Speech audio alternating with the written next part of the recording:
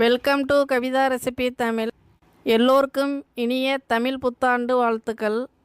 First இன்றைக்கி தமிழ் புத்தாண்டுக்காண்டி என்னென்ன சமையல் பண்ணுறோமுங்கிறத பார்க்கலாம்.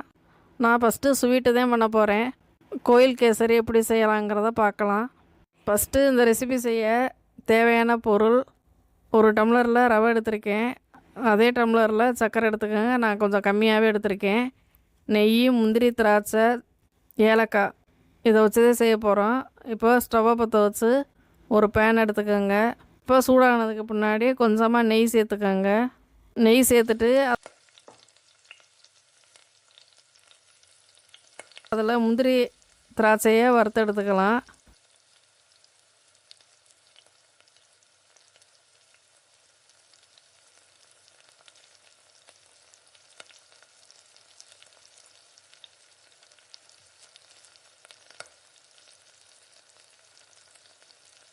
லைட்டாக கலர் மாறாத அளவுக்கு வறுத்து ஒரு தட்டில் மாற்றி எடுத்து வச்சுக்கோங்க. திராட்சை டக்குன்னு உப்பிடும், முந்திரி கொஞ்சம் 2 நிமிஷம் ஆகும். அப்படியே டக்குன்னு ஸ்டவ்வை கம்மி பண்ணி வச்சுட்டு ஒரு தட்டில் மாற்றி எடுத்து வச்சுக்கோங்க.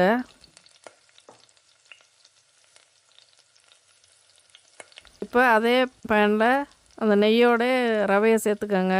சேர்த்து நல்லா ரவையை கலர் மாறாத அளவுக்கு நல்லா வறுத்துக்கணும்.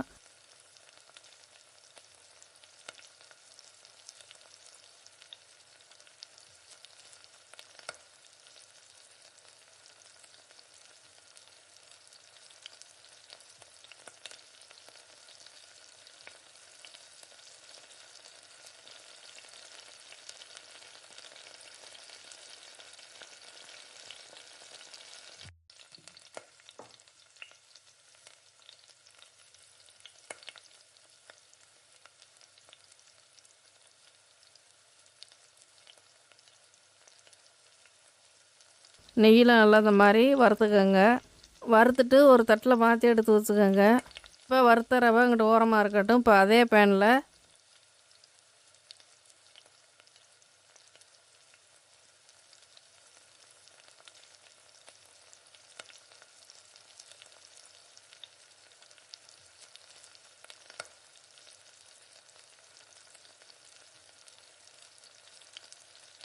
கொஞ்சமாக நெய் சேர்த்துக்கோங்க. திரும்பவும் கப்பில் எடுத்தால் நீங்கள் அதே அளவில் தண்ணி சேர்த்துக்கோங்க. நான் டம்ளரில் எடுத்திருக்கேன்.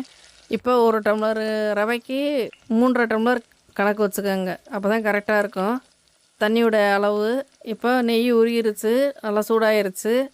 இப்போ ஸ்டவ்வை கம்மி பண்ணி வச்சுட்டு இந்த தண்ணியை இது கூட சேர்த்துக்கணும். இந்த நெய் கூட சேர்த்துக்கோங்க. சேர்த்துட்டு நல்லா இந்த தண்ணி கொதி வரணும். அதுக்கு முன்னாடி ஏலக்காய் ஒரு 2-3 ஏலக்காயை நல்லா தட்டி சேர்த்துக்கோங்க. இல்லைன்னா நீங்கள் ஏலக்காய் பவுடர் இருந்தால் கூட சேர்த்துக்கோங்க.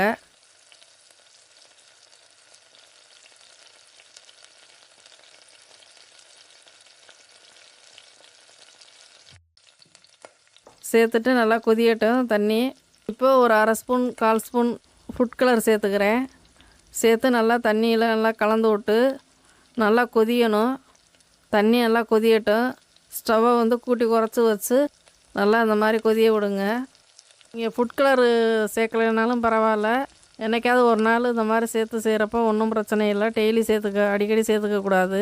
நான் கொஞ்சமாக சேர்த்து இந்த மாதிரி நல்லா இந்த ரவையை கொட்டி கிளறப்ப அந்த ஃபுட் கலர் கரெக்டாக தான் இருக்கும். அதனால் கொஞ்சம் கொஞ்சமாக ரவையை சேர்த்து தண்ணி கொதிக்கிற தண்ணியில் இந்த மாதிரி நல்லா கிளறி கொடுங்க. ரவையை ஒரே இடத்துல கொட்டிடாமல் இந்த மாதிரி சுடு தண்ணியில் நல்லா கொதிக்கிற தண்ணியில் தான் கொஞ்சம் கொஞ்சமாக சேர்த்து இந்த மாதிரி கிளறணும். இல்லைன்னா கட்டி ஆயிரும். ரவை ஒரே இடத்துல நீங்கள் போட்டிங்கன்னா கட்டி போட்டு போயிடும். அதனால் இந்த மாதிரி கொஞ்சம் கொஞ்சமாக சேர்த்து நல்லா இந்த மாதிரி ரவை வேகணும். அது வரையும் நீங்கள் ஸ்டவ்வை கம்மி பண்ணி வச்சுட்டு இந்த மாதிரி கிளறி கொடுங்க.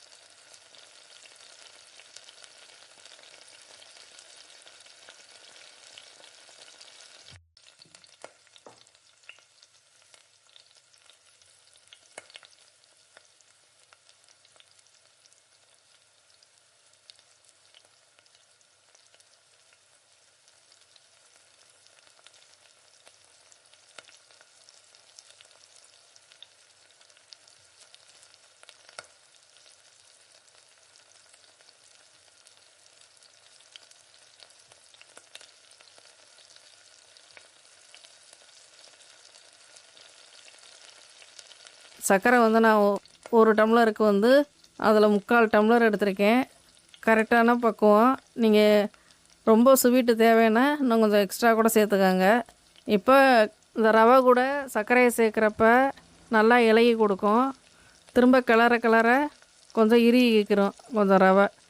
அது வரையும் நீங்கள் நல்லா இந்த மாதிரி கிளறிக்கிட்டே இருங்க.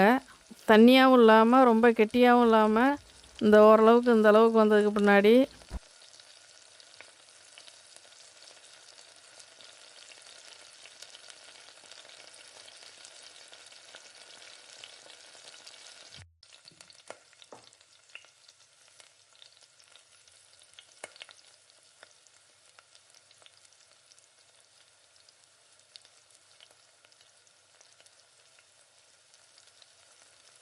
கொஞ்சமாக நெய் சேர்த்துக்கோங்க. நெய் இடையில சேர்க்குறப்ப தான் அந்த கேசரி வந்து நல்லா கோயிலில் செய்கிற கேசரி கல்யாண வீட்டிலலாம் செய்வாங்களோ அந்த மாதிரி மிருதுவாக இருக்கும். இந்த மாதிரி சேர்த்து நல்லா கலந்து விட்டுக்கோங்க.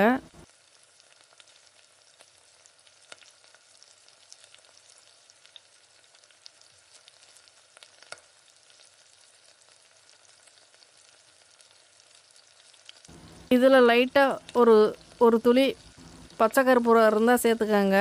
இல்லைன்னா சேர்க்கலைனாலும் ஒன்றும் இல்லை, லைட்டாக சேர்த்துக்கோங்க. இருந்துச்சுன்னா சேர்த்துக்கோங்க. கோயிலெலாம் அதே சேர்ப்பாங்க.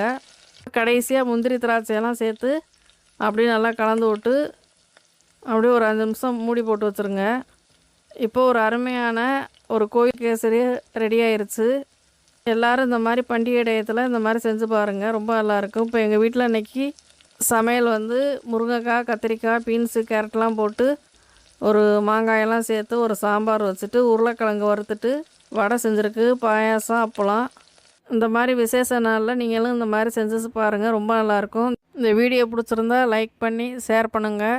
மறக்காமல் சப்ஸ்கிரைப் பண்ணிடுங்க, கூடவே ஹைப் பண்ணிடுங்க.